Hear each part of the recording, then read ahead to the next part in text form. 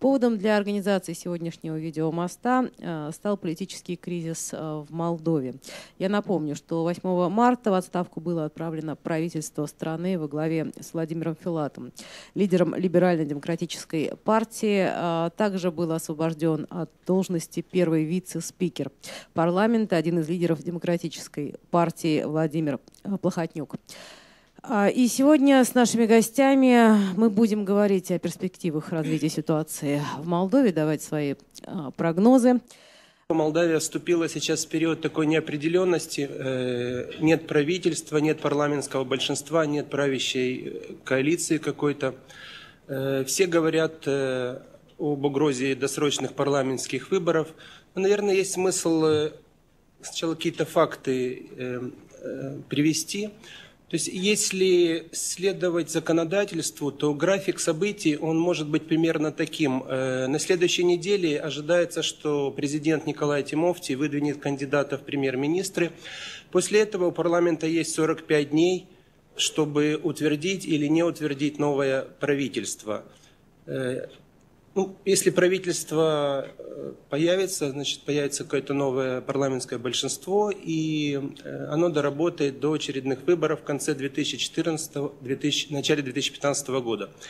Если правительство не будет утверждено, президент должен обратиться в Конституционный суд должен констатировать обстоятельства распуска парламента, и после этого в срок от 60 до 90 дней должны быть проведены досрочные парламентские выборы. Это по закону. А фактически все может запутаться еще больше. Может случиться так, что правительство не будет утверждено, но досрочные выборы все равно не будут назначены, потому что всегда те, кто сейчас находится у власти, судьи Конституционного суда, смогут найти какие-то юридические зацепки, чтобы оттягивать эти выборы. Здесь есть еще маленькая одна особенность. В праве президента, который в течение 45 дней должен предложить свою кандидатуру, которая должна быть согласована с парламентским большинством в законодательном органе Молдовы, по Конституции прописано, что он вправе распустить парламент. Но это не значит, что он может его не распустить. То есть может получиться ситуация, что президент может бесконечное количество раз предлагать кандидатуру премьер-министра, она не будет проходить. В это время функции премьер-министра с добавкой ИО будет исполнять нынешний бывший премьер-министр Владимир Филат.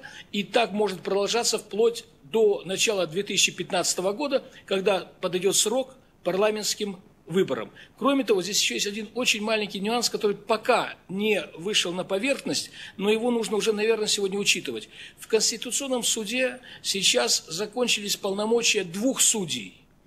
И вместо этих 2 судей парламент должен предложить кандидатуры от парламента, 2 судей от парламента. Парламент сейчас к этому вопросу даже не приступал. И если сейчас наступит ситуация, когда могут быть досрочные парламентские выборы, то Конституционный суд никак не может вынести решение о распуске парламента или нет, потому что у него нет необходимого количества судей. Но это все еще пока в будущем. По большому счету идет по-прежнему эта борьба между 2 кланов. Это клан Филата и клан Плохотнюка. Поэтому стоит вопрос, как дойти до досрочных выборов или все-таки найти компромисс и спастись и одного, и другого. Поэтому, если посмотреть по счету этих боев, это пока счет 1-1. Премьер Филат добился снятия генерального прокурора и первого заместителя председателя парламента, а господин Плохотнюк добился отставки правительства. Вот сейчас решается, как дальше быть. Однозначно, что никому не хочется досрочных выборов, потому что авторитет среди населения у альянса нынешнего очень низок. Большинство обещаний даны в предвыборной кампании не выполнено. Ситуация в Молдове углубляется, все тяжелее и тяжелее. Каких-либо перспектив не видно. Поэтому они осознают, что пойти в таком случае на выборы просто нечего избирателям говорить на этот раз.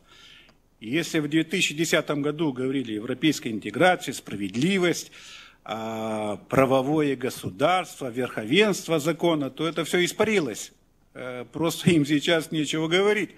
Поэтому они все осознают эту опасность и, конечно, то, что могут коммунисты при таком раскладе сил, могут теоретически как-то вернуться. Поэтому дойти до этих юридических процедур сейчас идут такие разговоры под председательством президента, потому что президент должен выдвинуть в течение 45 дней кандидатуру. Пройдет эта кандидатура на премьер-министра или нет?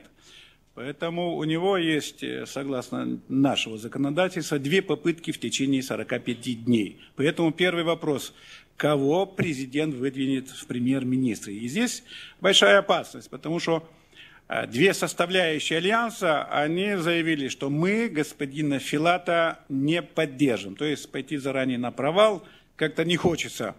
Либерально-демократическая партия сказала: у нас один кандидат только, господин Филат. Вот такая патовая ситуация. Но вопрос еще усугубляется тем, что, к сожалению, мы за это годы потеряли суверенитет, и у нас есть определенные внешние силы, которые консультируют. Все-таки было вложено, инвестировано много денежных средств со стороны Европы, и им как-то сейчас очень обидно, что ожидание, страна успеха и сказки как-то в один миг провалилась. Поэтому им тоже хотелось бы как-то найти компромисс, чтобы эти 3 как-то договорились. Но на сегодняшний день надо сказать, что все как на вулкане, пока этого компромисса не видно. Каждый держится на свою позицию, выдвигает определенные свои требования. И каждый пытается показать на другую сторону, что они виноваты в развале этого альянса. Кризис этот, с одной стороны, был прогнозируем, с другой стороны, никто не ожидал, что он разразится так быстро и так яростно, и будет иметь такие тяжелые последствия для правившей до сих пор в Молдове проевропейской, прозападной коалиции. Кризис развивался постепенно, по нарастающей, но никто до конца не мог поверить, что европейцы, Европейский Союз позволит своему любимому детищу так скоропостижно скончаться, так быстро и, на мой взгляд, непоправимо, необратимо распасться. Этого не ожидал никто. Вот мой уважаемый коллега из Румынии, всем хорошо известный эксперт Данду Нгачу, фигура очень влиятельная, очень умный человек, который имеет довольно одиозную репутацию в регионе, бывший советник Михаил Гимпу. Он сейчас директор Института внешней политики при Румынской академии наук. Он дал такой комментарий по поводу нынешнего кризиса о том, что Россия забила гол в ворота Германии. Но, к сожалению, очень многие эксперты, европейские, да и у нас тоже, воспринимают Молдову как некое футбольное поле, на котором происходит игра или борьба между Россией и Европейским Союзом. Ну, я считаю, что Европа, безусловно, проиграла, Европейский Союз я имею в виду, но это отнюдь не значит, что выиграла Россия, потому что Россия как раз не заинтересована в политическом хаосе, а именно политический хаос будет сейчас происходить и углубляться в Республике Молдова. Ну а Европейский Союз откровенно переоценил прочность своих позиций, прочность позиций своего, повторюсь, детища, своего любимого протеже, кабинета Влада Филата. Сейчас он пытается в ручном режиме этот кабинет реставрировать, восстановить его, пытается всячески продавить кандидатуру Юрия Лянка на пост нового премьер-министра. Однако, как уже сказали уважаемые коллеги из Кишинева, для либерально-демократической партии эта кандидатура сейчас непроходная. Они настаивают на том, что Филат должен оставаться во главе правительства, а кандидатура Филата остается неприемлемой для Плохотнюка и де-факто его партии, Демпартии Молдовы. Таким образом, ситуация патовая. По большому счету произошла она, по нашим оценкам, из-за того, что 2 сильных человека, сильных политика с очень такими хищническими инстинктами, 2 Влада, Влад Филат и Влад Плохотнюк, между собой не смогли примириться. 2 этих политика не ужились в одной коалиции, их интересы пришли в слишком острое противоречие между собой. И после, казалось бы, незначительного скандального казуса, трагического инцидента на охоте 23 декабря, когда высокопоставленные судейские и прокурорские чиновники пошли на охоту, накануне Рождества по западному стилю погиб человек, бизнесмен Сорин Пачу. Но никто не ожидал, что этот трагический инцидент приведет к полномасштабному краху коалиции. Так что я считаю, да, и я безусловно согласен с тезисом о том, что законы Молдовы настолько несовершенны, что ситуация полной неопределенности может сохраняться еще очень-очень долго. Мы помним, как долго и мучительно избирали нынешнего президента Молдовы Николая Тимофти. Коммунисты до сих пор считают его избрание нелегитимным, потому что продолжалось это слишком долго.